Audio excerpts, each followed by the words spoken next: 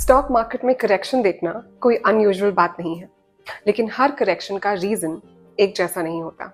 कहीं week earning sentiment को hurt करती हैं, तो कहीं शॉर्ट टर्म मैक्रो कंसर्न्स की वजह से फंडामेंटली स्ट्रॉन्ग बिजनेसेस भी प्रेशर में आ जाते हैं। अब ये वेस्ट एशिया क्राइसिस को ही देख लो। एक इन्वेस्टर के लिए असली चैलेंज ये समझना होता है कि मार्केट ओवर रिएक्ट कर रहा है या जेन्युइनली रिस्क को प्राइस इन कर रहा है। इसी सवाल का जवाब ढूंढने के लिए आज हम 5 ऐसे हाई ग्रोथ कंपनीज को एनालाइज करेंगे जो अपने 52 वीक हाई से 30% या उससे ज्यादा करेक्शन पर ट्रेड कर रही हैं, और देखेंगे कि इनमें से कौन सी सिर्फ डिस्काउंट पर है और कौन सी वाकई अपॉर्चुनिटी बन सकती है।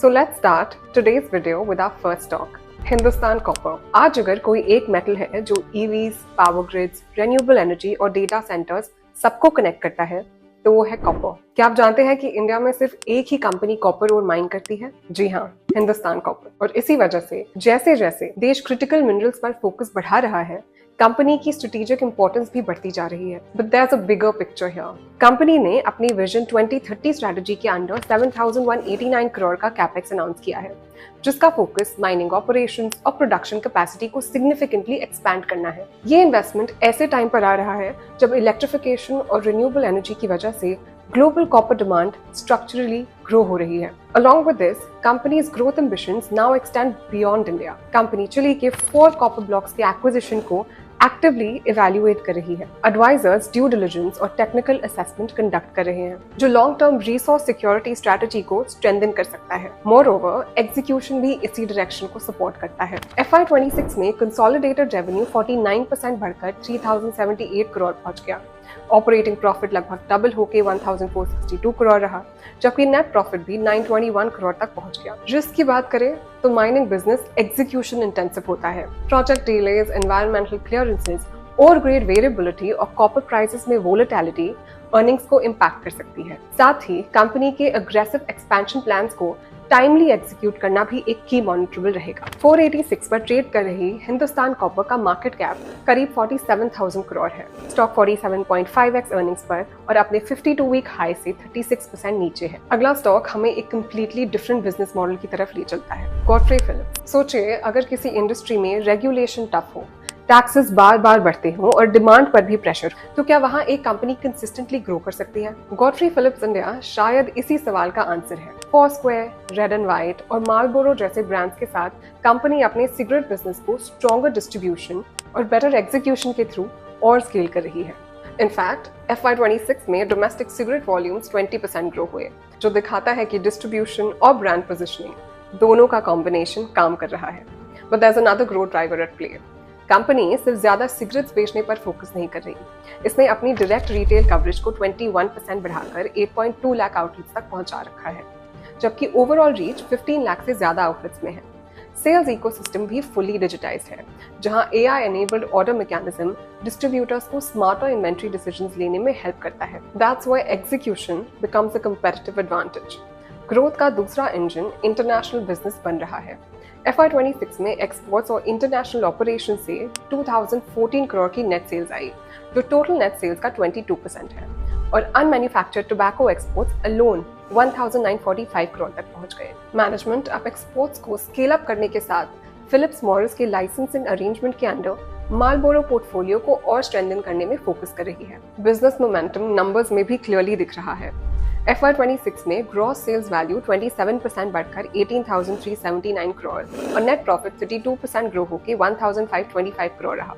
साथ ही कंपनी ने 50 रुपये पर शेयर का डिविडेंड भी अनाउंस किया है। लेकिन मैनेजमेंट ने साथ में ये भी एक्नॉलेज किया है कि रीसेंट टैक्स हाइक्स के बाद FY27 चैलेंजिंग हो सकता है। इसलिए company calibrated price hikes, portfolio innovation और ऑपरेशनल एफिशिएंसी पर फोकस कर रही है, rather than chasing growth at any cost. Market ने इस स्टॉक को काफी री-रेट किया है। 2110 के आसपास ट्रेड कर रहा ये स्टॉक अपने 52 वीक हाई से 46.5% नीचे है, जबकि कंपनी का मार्केट कैप 32,911 करोड़ और PE 21.6x है। Moving on to our next stock, Force Motors. सोचिए, एक कंपनी जिसका प्रॉफिट पिछले 3 सालों में लगभग 100% CAGR से ग्रो हुआ हो, ROC 36% हो, डेट जीरो हो, फिर भी उसका स्टॉक अपने 52 वीक हाई से करीब 31% नीचे ट्रेड कर रहा हो।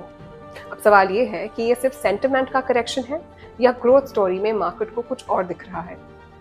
फोर्स मोटर्स को ज्यादा लोग ट्रैवलर वैन्स और गुरका एसयूवीज के लिए जानते हैं, लेकिन कंपनी की असली स्ट्रेंथ उनकी हाई टेक एग्रीगेट बिजनेस का है। इसी एक्सपर्टीज की वजह से कंपनी BMW और मर्सिडीज बेंज के लिए इंजन्स और एक्सेल्स बनाती है और रोल्स रॉयस MTU के साथ पार्टनरशिप में ग्लोबल मार्केट्स के लिए पावर सिस्टम्स भी मैन्युफैक्चर करती है। बिजनेस नंबर्स अब भी स्ट्रॉन्ग हैं। FY26 में रेवेन्यू 12% बढ़कर 8,980 करोड़ और पैट 51% ग्रो होकर 1,211 करोड़ था। आगे की ग्रोथ प्रोडक्ट मिक्स से भी आएगी।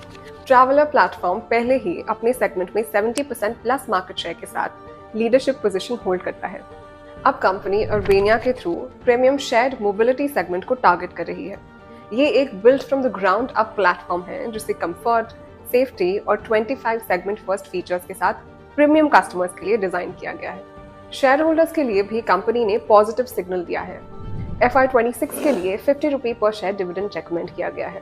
साथ ही कंपनी ने वीरा टैनरीज प्राइवेट लिमिटेड को अक्वायर करके अपनी होली ओन सब्सिडरी बना दिया है, जो मैनेजमेंट के डिसिप्लिन्ड कैपिटल एलोकेशन और लॉन्ग टर्म एक्सपेंशन इंटेंट को रिफ्लेक्ट करता है। रिस्क देखें तो कंपनी का investment thesis gradually premium product mix पर डिपेंड करता जा रहा है। अगर हायर वैल्यू प्रोडक्ट्स का कंट्रीब्यूशन एक्सपेक्टेड पेस से इंक्रीज नहीं हुआ तो मार्जिन एक्सपेंशन भी लिमिटेड रह सकता है। बात करते हैं नेक्स्ट स्टॉक की, जो है Kaynes technology India limited. India में automotive, defence, railways, medical devices और इंडस्ट्रियल ऑटोमेशन तक इलेक्ट्रॉनिक्स कंटेंट रैपिडली बढ़ रहा है। इसी अपॉर्चुनिटी को Kaynes technology end to end product design, electronics manufacturing और लाइफस्टाइल सपोर्ट के थ्रू कैप्चर करती है। With almost 4 decades of experience और 30 से ज्यादा कंट्रीज में 500 प्लस कस्टमर्स, ये कंपनी के ग्लोबल एग्जीक्यूशन को रिफ्लेक्ट करता है। FY26 रेवेन्यू मिक्स में केन्स का कोर इंजन OEM टर्न की PCBA यानी ओरिजिनल इक्विपमेंट मैन्युफैक्चरर टर्न की प्रिंटेड सर्किट बोर्ड असेंबली रहा, जिसने 49% कंट्रीब्यूशन दिया। लेकिन कंपनी सिर्फ असेंबली तक लिमिटेड नहीं है। ODM यानी original design manufacturing, product engineering और IoT सॉल्यूशंस ने 28%, while बॉक्स बिल्ड सर्विसेज ने 22% रेवेन्यू कंट्रीब्यूट किया, जो केन्स की expanding end to end manufacturing capabilities को शो करता है। यहाँ एक चीज और नोटिस करने लायक है, केन्स अलग अलग सर्विसेज ऑफर करने के साथ मल्टीपल इंडस्ट्रीज को केटर भी करती है। FY26 में इंडस्ट्रियल इंक्लूडिंग EV से 55% रेवेन्यू आया, ऑटोमोटिव से 25% और aerospace, space and strategic electronics से 10%। Now coming to the numbers, FY26 में रेवेन्यू 33% ग्रो होकर 3,626 करोड़, EBITDA 40% से बढ़कर 574 करोड़ और पैट 24% डिक्रीज होकर 364 करोड़ रहा। ऑर्डर बुक 8,366 करोड़ तक पहुंच गया। अब ग्रोथ स्टोरी का दूसरा साइड भी देखना जरूरी है। वर्किंग कैपिटल डेज 87 से बढ़कर 125 हो गए, while डेटर डेज 154 और इन्वेंट्री डेज 132 तक पहुंचने से operating cash flow negative 600 crore रहा। साथ ही मैनेजमेंट गाइडेंस मिस, कस्टमर डिफरमेंट्स और न्यू सेमीकंडक्टर PCB कैपेसिटीज का टाइमली एग्जीक्यूशन की मॉनिटरेबल्स रहेंगे। स्टॉक करीब 3,386 पर ट्रेड कर रहा है, जो अपने 52 वीक हाई से नियरली 57% नीचे है। इस लेवल पर कंपनी का मार्केट कैप 22,697 करोड़ और P मल्टीपल 62.1x है। And now moving on to the last stock analysis, HBL engineering. कभी कभी एक गवर्नमेंट पॉलिसी पूरी कंपनी की ग्रोथ ट्रैजेक्टरी बदल देती है। HBL इंजीनियरिंग के लिए वो ट्रिगर था कवच, रेलवे सेफ्टी सिस्टम, जो कुछ साल पहले कंपनी के लिए एक ऑप्शनल बिजनेस था, आज उसका सबसे पावरफुल ग्रोथ इंजन बन चुका है। फिर भी 20,500 करोड़ मार्केट कैप वाली कंपनी का स्टॉक अपने 52 वीक हाई से नियरली 34% नीचे ट्रेड कर रहा है, at a price of 742 with a PE multiple of 24.5। However, it is important to understand market concern. FY25 में कवच अप्रूवल्स डिले हुए, जिसकी वजह से रेवेन्यू ग्रोथ टेम्परेरीली इंपैक्ट हुई और सेंटिमेंट वीक पड़ गया। लेकिन अप्रूवल मिलते ही एग्जीक्यूशन शार्पली इंप्रूव हुआ। FY26 में कंपनी ने 3,303 करोड़ का रेवेन्यू, 814 करोड़ का नेट प्रॉफिट और 34% का ऑपरेटिंग मार्जिन डिलीवर किया, जो अब तक का स्ट्रॉन्गेस्ट फाइनेंशियल परफॉर्मेंस था। लेकिन असली ट्विस्ट ऑर्डर पाइपलाइन की है। कंपनी के पास 2,999 करोड़ का ऑर्डर बुक था, जिसके बाद 1,375 करोड़ के नए कवच ऑर्डर्स मिले। रिसेंटली इंटेग्रल कोच फैक्ट्री से भी ऑन बोर्ड कवच इक्विपमेंट का फ्रेश ऑर्डर मिला, जो रेलवे सेफ्टी अपॉर्चुनिटी की कंटिन्यूटी दिखाता है। इस बिजनेस की क्वालिटी भी ग्रेजुअली इंप्रूव हो रही है। बैटरी से आगे बढ़कर HBL high value railway electronics और सिग्नलिंग सॉल्यूशंस में भी अपनी पोजीशनिंग स्ट्रेंथन कर रही है, जहां एंट्री बैरियर्स काफी हाई हैं। अब कुछ रिस्क की बात करते हैं। कंपनी में सबसे बड़ा मॉनिटरेबल रेलवे टेंडर एग्जीक्यूशन रहेगा। लेकिन अगर कवच रोल आउट मैनेजमेंट की एक्सपेक्टेशंस के हिसाब से कंटिन्यू होता है तो एचपीएल का recent correction long term investors के लिए एक इंटरेस्टिंग अपॉर्चुनिटी बन सकता है।